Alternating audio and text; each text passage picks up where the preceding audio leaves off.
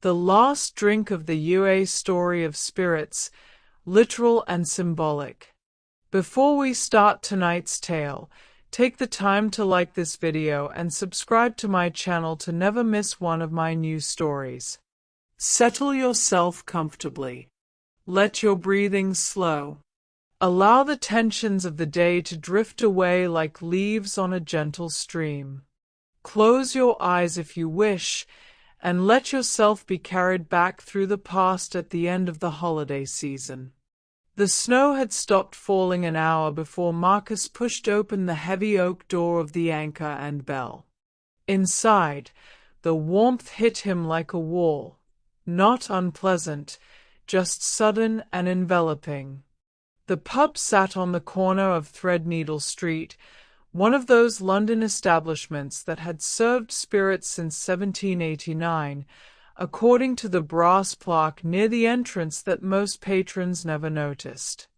It was December 31st, 11:15 in the evening, and the place was nearly empty. "Quiet night," Marcus observed, sliding onto a bar stool. The leather was cracked but comfortable, worn smooth by 2 centuries of patrons. The bartender, a woman in her 60s with silver hair pulled back in a neat bun, looked up from polishing glasses. Her name tag read Evelyn. "Most people are at parties," she said, setting down a rocks glass with practiced precision. "The young ones are in Trafalgar Square, the families are home with their children, and the rest are at ticketed events charging £200 for watered-down champagne." She smiled. "Which means you're either very sensible or very lonely." "Perhaps both," Marcus replied, returning the smile. "Whiskey, please." "Neat. Something Scottish." Evelyn reached for a bottle of Talisker, pausing with her hand on the glass. "You know," she said, her tone shifting to something more conversational, "there's an old tradition about the last drink of the year." "Oh!" Marcus watched as she poured 2 fingers of amber liquid. In many cultures, the moments surrounding midnight on New Year's Eve are considered liminal, a threshold between what was and what will be. She slid the glass toward him. The Scots, the Irish, the Japanese, even the ancient Romans had beliefs about this time. "The veil between worlds grows thin," they said. "Spirits, both kinds, become more potent." Marcus lifted the glass, inhaling the smoky, maritime notes. "Sounds like superstition."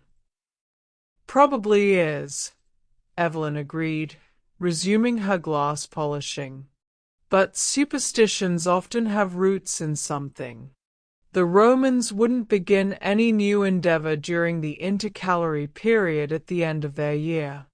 They believed those days belonged to no month, no god, a time when the usual rules didn't apply." "Fascinating," Marcus said, genuinely intrigued. He worked in finance, dealt in numbers and projections, but he'd always had a soft spot for folklore. "Any other patrons here to witness my superstitious drinking?" Evelyn gestured toward the back. "The gentleman in the corner booth hasn't moved in an hour. And there's a couple in the snug who've been nursing their drinks since 10. Marcus glanced over his shoulder. The pub was indeed quiet, lit by low amber lights and the glow from the fireplace. The walls were lined with dark wood paneling and old photographs, dock workers from the 1920s, the pub after the Blitz, various landlords throughout the decades. It had the feeling of a place that had absorbed centuries of stories. "The tradition I was referring to," Evelyn continued, "involves timing. In parts of Scotland and Ireland, They believed you shouldn't take your first drink of the new year until after the bells have rung. And more importantly, you shouldn't take your last drink of the old year as the bells ring. That moment belongs to neither year. It's outside time, in a sense. And what happens if you do? Marcus asked, humoring her. Different stories give different answers. Some say you'll be followed by your regrets from the old year. Others say you'll drink away your luck for the new one. The darkest versions. She paused. Suggest you might draw the attention of something that exists in that between space. Marcus chuckled.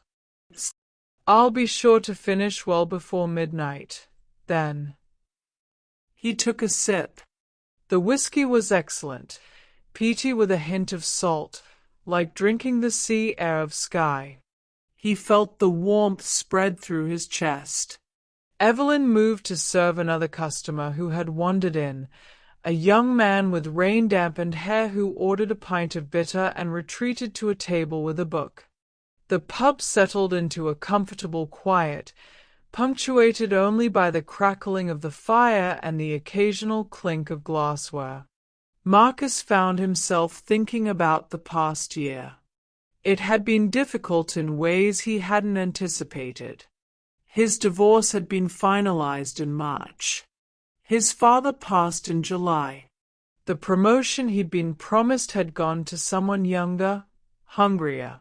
He'd spent most of Christmas alone in his flat, declining invitations from well-meaning friends who had families and couldn't possibly understand that sometimes solitude wasn't loneliness, it was preservation.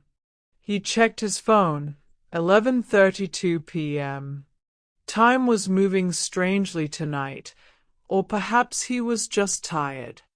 The whiskey sat pleasantly in his stomach, loosening the tension he'd been carrying in his shoulders for months. A clock on the wall, an old long-case clock with a brass face, ticked steadily. Marcus watched its hands move, hypnotic in their regularity. The pub had clocks everywhere, he noticed now. At least 6 of them were visible from where he sat, all showing slightly different times. Some were surely broken, artifacts kept for atmosphere rather than function. Another? Evelyn asked. He considered. Why not? Same again. As she poured, a man emerged from the corner booth and approached the bar. He was elderly, perhaps 80, with a weathered face and eyes that held a peculiar clarity. He wore a wool coat that looked decades old but well-maintained. "You'll want to mind the time," the old man said to Marcus, his accent placing him somewhere from the North Country. "The lady's right about the in-between." "You overheard our conversation?" Marcus asked. "Hard not to, in a quiet place." The man nodded toward his empty glass on the bar. "I've been coming here for 60 years. My father before me. This pub has seen things." Marcus felt a slight prickle of unease, though he couldn't say why. "What sort of things?" "Time moves differently here sometimes," the old man said. "Especially on nights like this. The building's old. There are layers to it, built over older structures. There's been a tavern on this site since medieval times, though it's been destroyed and rebuilt. During the plague years, they stored bodies in the cellar when there was nowhere else to put them. During the Blitz, people sheltered here while the bombs fell."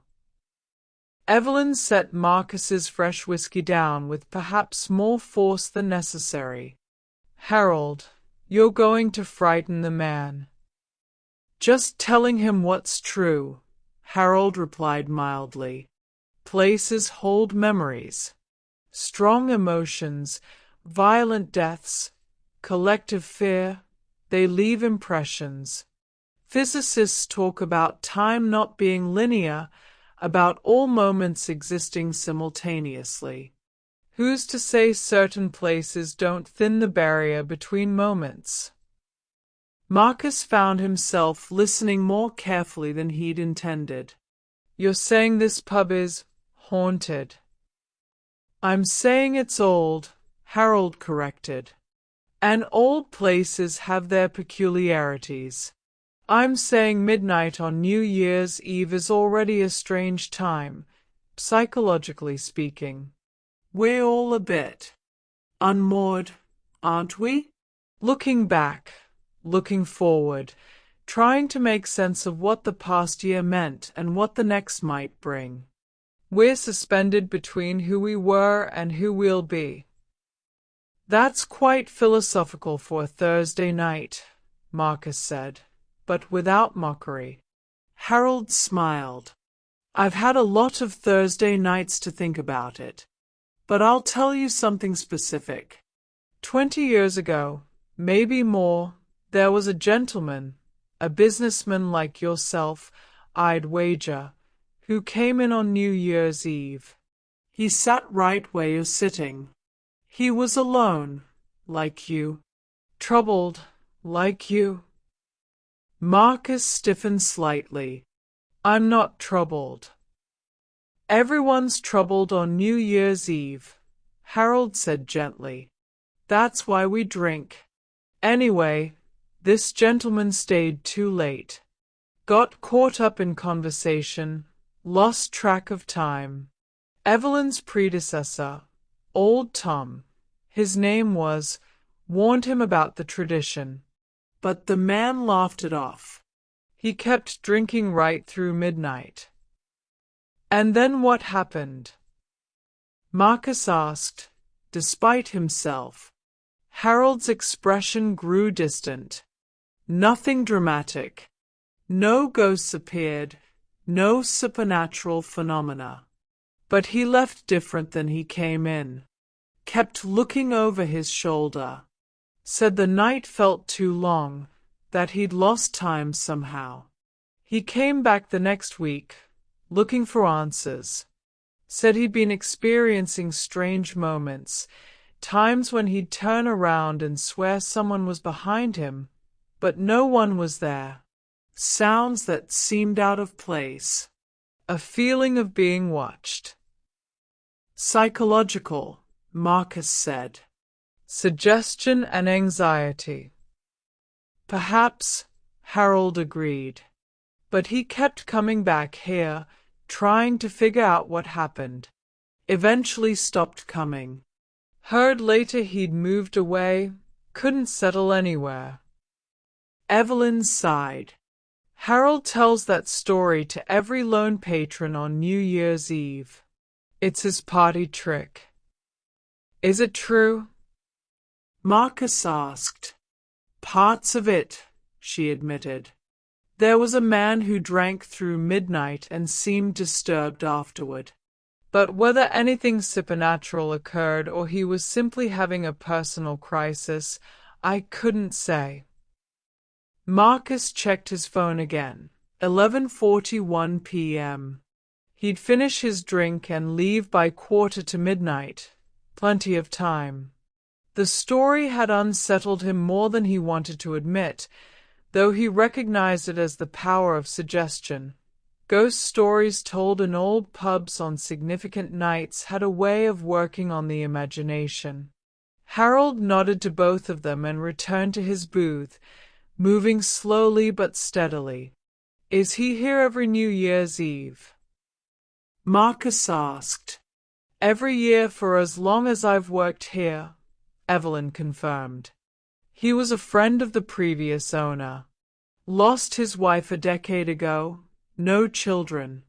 I think he finds comfort in the routine. Marcus understood that more than he cared to admit. The couple in the snug emerged, bundling into coats and scarves. They settled their bill and left, letting in a gust of cold air that made the fire flicker. Now it was just Marcus, Evelyn, Harold in his corner, and the young man with his book. The atmosphere had shifted subtly. With fewer people, the age of the building seemed more pronounced. The shadows between the amber lights grew deeper. The sound of the fire became more noticeable, a soft crackling that almost sounded like whispers if you weren't paying attention. Marcus found himself studying the photographs on the walls. In one from the 1940s, he could see this same bar, this same wood paneling. A group of men in military uniforms stood with pints raised, their faces solemn despite the celebratory pose. He wondered how many of them had survived the war. How many had stood in this exact spot, drinking what might have been their last drink ever, though they couldn't have known it at the time. Every place, he thought, is layered with invisible histories. You grew quiet, Evelyn observed. Just thinking about time, Marcus replied. How we mark it artificially, midnight, New Year's, birthdays. The universe doesn't acknowledge these boundaries. A year is just Earth's orbit. Midnight is just our position relative to the sun. But we invest these moments with such significance. We need markers, Evelyn said. Without them, time would be an undifferentiated blur. The human mind requires structure, narrative, beginnings and endings. Even if they are arbitrary, they serve a purpose. Marcus swirled his whiskey, watching the legs run down the inside of the glass. This year, I've been thinking about endings more than beginnings. Divorce, death, professional disappointments. It's been a year of things ending. I'm sorry, Evelyn said, and her sympathy seemed genuine rather than perfunctory. It's fine. It's just difficult to imagine what comes next. The new year feels more like a continuation of loss than a fresh start. That's honest, at least, Evelyn replied. Most people force optimism at New Year's. New year, new me. As if changing a calendar page changes who we are. Exactly, Marcus said, grateful to be understood. I'm the same person I was yesterday. I'll be the same person tomorrow. The year changing doesn't absolve anything or promise anything. Evelyn considered this while drying a wine glass. Perhaps that's the point of the final moment, though. The in-between. It's not about transformation, it's about acknowledgement. Standing at the threshold and recognizing that you're between things. Neither here nor there. Sometimes we need permission to be undefined, if only for a moment. Marcus looked at her with new appreciation. That's remarkably insightful. I've served a lot of drinks to a lot of people on a lot of New Year's Eves, she said. You learn things. 11:53 p.m. 7 minutes until midnight. Marcus decided he'd finish his drink in the next few minutes, wish Evelyn a happy new year, and walk home through the cold London night. The snow had stopped, but the air would be crisp, clarifying. He'd make tea when he got home, maybe read for a while, let the new year arrive quietly and without ceremony. But he didn't move. The whiskey was too good, the fire too warm, the company too comfortable in its lack of demands. He found himself reluctant to leave this space, this moment. Outside was the new year, with all its undefined pressures and expectations. Here was the old year, winding down, known and quantified. The young man with the book closed it and stood, pulling on a jacket. He nodded to Evelyn, left payment on his table, and departed. Now it was just three of them. 11:56 p.m. The long case clock's ticking seemed louder. Marcus noticed that its time didn't match his phone. The clock showed 11:58, running 2 minutes fast.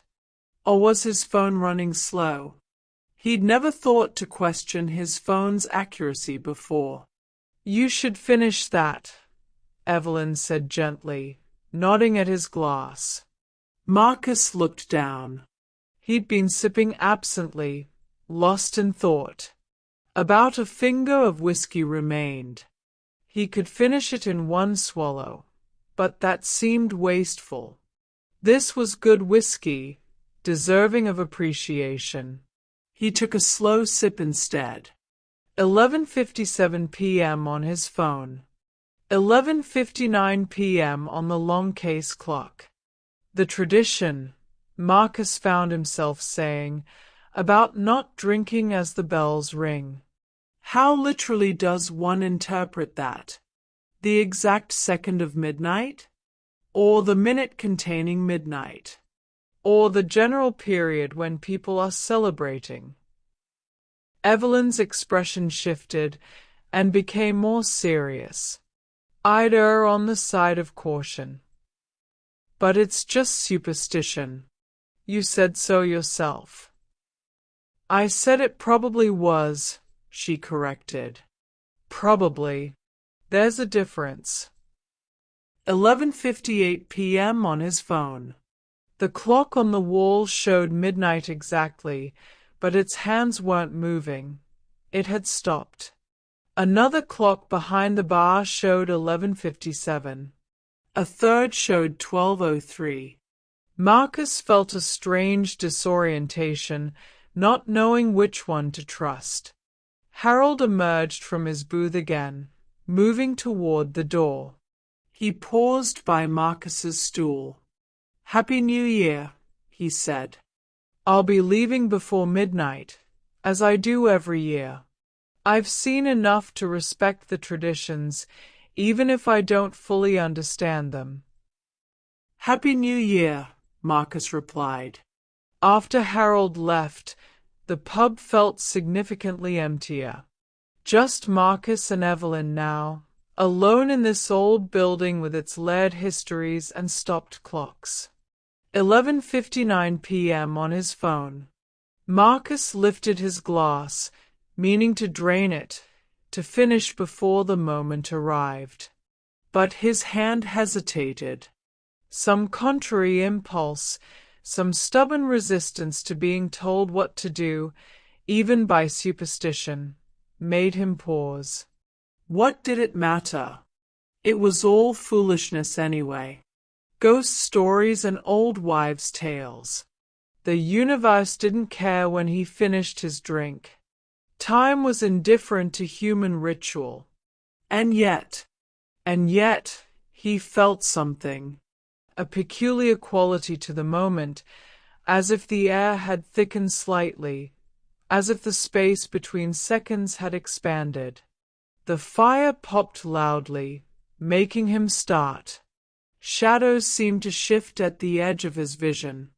"Marcus," Evelyn said, and there was urgency in her voice now. "Please finish your drink." He looked at her. Really looked. Her face was lined with concern. And something else, a kind of knowing that came from long experience with things that couldn't be easily explained. His phone changed. 12 a.m. Bells began ringing outside. Distant church bells from multiple directions, creating a cascading effect as midnight spread across the city like a wave. Car horns honked. Somewhere far away, people were cheering. And Marcus, in an act of what he would later recognize as profound stupidity born from grief and exhaustion and a year of losses that had worn away his better judgment, raised his glass and took a long, deliberate drink. The whiskey burned going down. Evelyn closed her eyes briefly, disappointment clear on her face. What? Marcus said, defensive. What's going to happen? Nothing. Because it's superstition. But even as he said it, he felt it. A change. Subtle, but undeniable. The quality of the silence altered. The fire's light seemed to dim fractionally, then return to normal. The bells continued ringing outside, but they sounded distant now, as if muffled by more than just walls and distance, as if coming from far away in time as well as space. Marcus set down his glass with a hand that was suddenly unsteady. "How long will the bells ring?" he asked, his voice strange in his own ears. "Usually just a minute or two," Evelyn replied quietly. They kept ringing, and ringing, and ringing. Marcus checked his phone. 12 a.m. Still. The digits hadn't changed. He watched, counted heartbeats. 10, 20, 30. Still 12 a.m. "My phone's frozen," he said. "Look at the clock," Evelyn said. He did. The long case clock's hands had moved. They showed 12:01 now. But as he watched, the minute hand seemed to slow, to resist. It moved forward incrementally, then stopped, twitched backward slightly, moved forward again. "What's happening?" Marcus asked, though he already knew the answer. He'd been told. He'd been warned. And he'd done it anyway, out of some bitter impulse to reject caution, to refuse to be controlled even by a benign suggestion. "You drank at midnight," Evelyn said simply. "You're in between space now. The final moment." "That's impossible. It's a superstition." Does it feel impossible?" she asked. It didn't. That was the problem. It felt exactly like what it was. A moment stretched too long, a night that had lost its forward momentum, time made viscous and strange. The bells finally stopped, but the silence they left behind was worse. Too complete. Too dense. The fire continued crackling, but the sound seemed flat, like a recording rather than a real fire. Marcus stood abruptly. "I'm leaving. This is just. I'm tired. It's been a long year. I'm going home." "You could try," Evelyn said, "but I don't think you'll find it that simple." He walked to the door, grabbed the handle, pulled. The door opened onto Threadneedle Street, but it was wrong. The street was there, the buildings, the parked cars, even the snow on the ground. But empty. Completely empty. No revelers, no taxis, no sound of distant parties. Just a street frozen in the moment after midnight, waiting. Marcus stepped back inside, letting the door close. "How long does this last?" he asked, trying to keep panic from his voice. "I don't know," Evelyn admitted. "I've never done it myself. The stories vary. Some say minutes. Some say hours.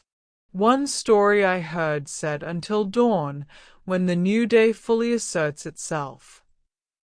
"This is insane. This can't be real." "Then wake up," she suggested. "If it's a dream, you should be able to wake up." He tried, pinched himself, slapped his own face, the cliché gestures people made in dreams. But nothing changed.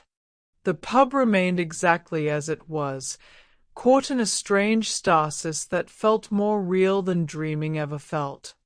Marcus returned to his bar stool, sat down heavily. His hands were shaking. "What do I do?" he asked. Evelyn poured herself a small whiskey, breaking her own rule against drinking while working. "We wait. The moment can't last forever. Time will reassert itself. It always does. But something might come. That's what the stories say, isn't it? Something that exists in between space might notice me." "Perhaps," she said. "Or perhaps the only thing you'll encounter is yourself. The parts you've been avoiding. The grief, the anger, the fear of what comes next. Those are just as real as any spirit, and sometimes more frightening." Marcus thought about that. Thought about his ex-wife, whom he'd loved but couldn't remain married to, both of them changing in incompatible directions. Thought about his father, the final conversation they'd had in the hospital, the things left unsaid. Thought about the career he'd built that felt increasingly meaningless, numbers moving on screens that represented human labor and dreams reduced to abstraction. He thought about the man Harold had mentioned, the one who'd drunk through midnight and been followed by something afterward. Not a ghost, perhaps. Maybe just the recognition that time was passing, that life was finite, that every moment discarded could never be recovered. "I'm scared," Marcus admitted. "That's honest," Evelyn replied. "Fear is appropriate. You've stepped outside the normal flow. But fear doesn't have to be paralyzing." They sat in silence. The fire continued burning, though Marcus couldn't remember Evelyn adding logs. The clocks had all stopped now, their hands frozen at various times just past midnight, none of them agreeing. And then Marcus heard it. Footsteps. Coming from the back of the pub, from the direction of the cellar door, slow and steady. Not menacing, exactly, but deliberate. The footsteps of someone who had nowhere else to be, all the time in the world. Marcus looked at Evelyn. "Do you hear that?" She nodded, her face pale. "I hear it." The footsteps grew closer. Marcus forced himself to turn, to look toward the source of the sound. Nothing there. Just the empty pub, the old photographs on the walls, the shadows between lights. But the footsteps continued, circling now, moving around the perimeter of the room. And with them came a presence, not visible, but felt. The weight of attention from something that existed in this stretched moment, this between time. "Don't look directly at it," Evelyn whispered. "If you acknowledge it fully, it might become more real." "What is it?" Marcus asked. "I don't know. A memory, perhaps. An echo of everyone who's ever stood in this spot during the liminal time. Or something else entirely. Something that lives in the cracks between moments." The presence moved behind Marcus's stool. He felt it there, could sense its regard. His neck prickled with the awareness of being observed. Every instinct screamed at him to turn, to see, to know, but he remembered Evelyn's words and kept his eyes forward. The temperature dropped. Not drastically, but enough to notice. His breath misted slightly in the air. "I'm sorry," Marcus said, to the room, to the presence, to the universe at large. "I didn't mean disrespect. I was foolish and stubborn, and I ignored the warnings. I just..." I'm tired. I'm so tired of being careful, of following rules, of doing everything right and still having things fall apart. The presence paused in its circuit of the room. Marcus continued, the words flowing now. This year broke me. I lost my marriage. I lost my father. I lost opportunities I'd worked toward for years. And I'm supposed to be optimistic about the new year? I'm supposed to believe things will get better? I don't. I can't. So when you told me not to drink at midnight, part of me thought, why not? What else can go wrong? What else can I lose? Evelyn reached across the bar, placed her hand over his. You're still here, she said gently. That matters. Does it? Marcus asked. Sometimes it doesn't feel like it. It does, she insisted. Every moment, even this strange one, is a chance to continue, to see what comes next. You don't have to be optimistic. You don't have to believe things will get better. You just have to be willing to exist through the night and see what the morning brings. The presence had stopped moving. It stood behind Marcus, and he could feel it listening. I'm afraid, Marcus said again, more quietly. Not of ghosts or spirits or whatever this is.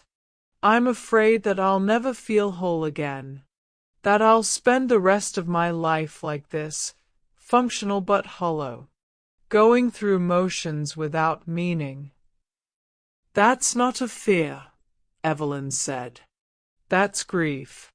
And grief doesn't go away on schedule. It doesn't respect calendars or New Year's. It stays as long as it needs to, and then one day you realize it's changed shape. Still there, but different, bearable. Marcus felt tears on his face, which surprised him. He hadn't cried since his father's funeral. Hadn't allowed himself to. I miss him, Marcus said. My father. We had a complicated relationship, but I miss him. And I miss who I was when I was married, even though I know that person couldn't have continued. And I miss believing that hard work mattered, that there was some logic to how things unfolded. I know, Evelyn said. Behind him, Marcus felt the presence shift. Not leaving, but settling, as if it had found what it was looking for. The attention it had been paying him softened, became less acute. The temperature began to rise again, slowly. The fire popped, and this time it sounded real, three-dimensional, present. Marcus wiped his face with his sleeve, embarrassed. I don't normally fall apart like this. You're not falling apart, Evelyn said. You're just being honest. There's a difference. He laughed weakly. Honest in a haunted pub, caught outside time. Not quite how I imagined starting the new year.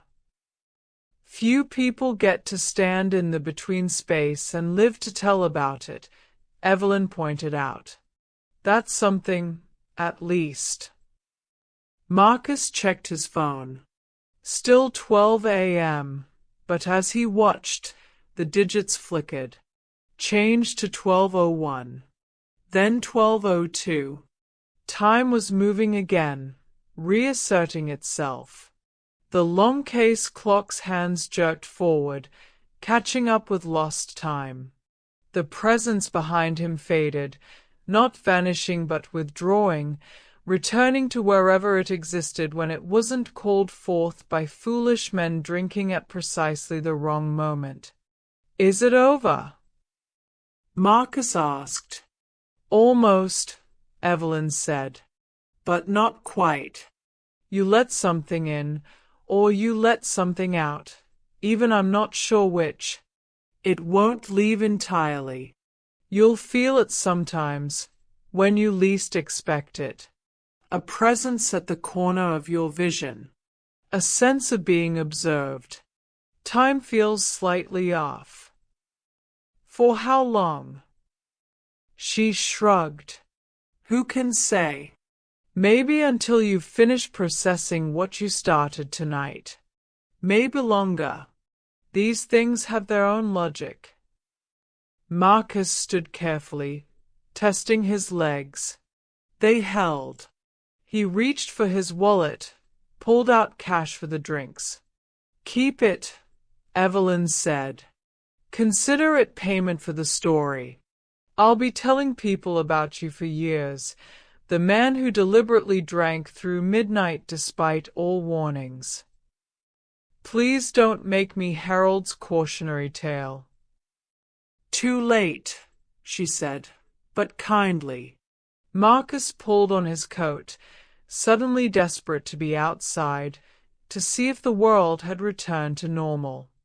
Thank you, he said, for the company, for honesty, for not pretending this was normal. Happy New Year, Evelyn replied, genuinely. I hope the next 12 months are kinder to you. Happy New Year, Marcus echoed. He walked to the door, paused with his hand on the handle. The presence, he said without turning around. Did you see it? Or feel it? Or was it just me? I felt something, Evelyn admitted.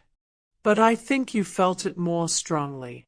These things respond to intention and emotion. You were open in a way most people aren't. Vulnerable. That makes you visible to things that usually stay hidden. Marcus nodded, understanding. He opened the door. Outside, London had returned. Not crowded. It was past midnight now, the celebrations winding down, but alive. A taxi passed, its light on. A couple walked by, laughing. The normal sounds of a city on New Year's Eve, after the moment had passed but before everyone had gone home. The snow had started falling again, light flakes that caught the street light and turned golden. Marcus stepped out into it, letting the door close behind him. He tilted his head back, felt the cold flakes on his face. The air was sharp and clean, and he was alive, and the year had turned, and he was still here. He began walking toward home, his footsteps crunching in the fresh snow. And behind him, or perhaps beside him, or perhaps just at the edge of his perception where such things existed, the presence followed. Not threatening. Not even particularly intrusive. Just there. A reminder that he had stood in the between space, had acknowledged the liminal moment, had opened himself to something that most people never encountered. And like all significant experiences, it had changed him in ways he wouldn't fully understand for weeks or months to come. The streets were quieter than usual. London at 12:15 a.m. on January 1st, in that lull between celebration and sleep. Marcus passed shuttered shops and lit windows where parties continued.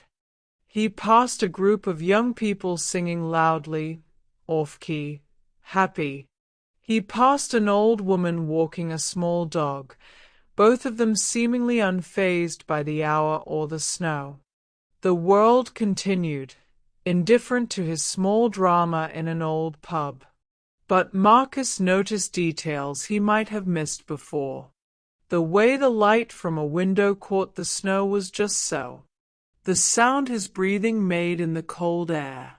The feeling of his feet connecting with the ground, step after step, carrying him forward through space and time. He was hyper-aware, as if the experience in the pub had sharpened his perception rather than dulling it. Or perhaps he was simply paying attention for the first time in months, no longer sleepwalking through his life. The presence kept pace with him, a constant companion just out of direct awareness. When he reached his building, he paused before going in. The presence was strongest here, as if uncertain whether to follow him inside his personal space or remain in the public world of streets and snow. "I don't know what you are," Marcus said quietly, not caring if anyone saw him talking to empty air. "But I'm not afraid anymore. Not of you, anyway. If you're staying with me, so be it. We all carry things with us, regrets, memories, losses. Why not a presence from the between time? At least you're honest. At least I know you're there." The presence seemed to accept this. It didn't vanish, but it settled, like a bird coming to roost. Marcus felt it become part of the background of his awareness rather than something demanding attention. He went inside, climbed the stairs to his third-floor flat, let himself in. The space was dark and cold. He'd been gone for hours. He turned on lights, adjusted the heating, put on the kettle. The mundane actions of returning home, which suddenly felt meaningful in their ordinariness. While the water boiled, Marcus stood at his window, looking out at the snow falling over London. Somewhere in the distance, fireworks launched, a late celebration, someone's private display. Brief flowers of light in the dark sky. Then nothing. His phone buzzed. A text from his sister. "Happy New Year. Hope you're doing okay. Call me tomorrow if you want to talk." He texted back, "Happy New Year. I will." The kettle whistled. He made tea, strong and dark, and added a splash of milk. Carried it to his small living room and sat in the chair by the window. The presence was there with him, but quieter now. More like a roommate than an intruder. He wondered what it wanted, if it wanted anything, or if it was simply there because he'd created space for it, acknowledged the possibility of things existing beyond the rational and measurable. Marcus thought about what Evelyn had said, that he might notice it at unexpected times, might feel observed, might experience time slightly off. He could live with that. After a year of losses and endings, a supernatural presence seemed almost comforting in its constancy. At least it wouldn't leave. At least it wouldn't change or die or disappoint. He sipped his tea and watched the snow and felt the year turn fully, leaving midnight behind and entering into the first true hours of January. The long night was ending. Dawn would come eventually, as it always did. And Marcus, sitting in his chair with his tea and his uninvited companion, found himself thinking that maybe Evelyn had been right. Maybe the point of the liminal moment wasn't transformation but acknowledgement. Standing at the threshold and recognizing that you're between things. Neither here nor there. Neither who you were nor who you'll be. Just existing in the uncertain space, with whatever ghosts, literal or metaphorical, you've gathered along the way. The snow continued falling. The presence remained. And Marcus, for the first time in months, felt something that wasn't quite hope but wasn't despair either. Something in between. Something liminal. A willingness to see what came next. He finished his tea, rinsed the cup, and went to bed. Sleep came surprisingly easily, and he didn't dream. Or if he did, he didn't remember. When he woke on January 1st, The sun was shining, the snow had stopped, and London was bright and cold and beautiful. The presence was still there, faint but perceptible. A shadow at the corner of his vision.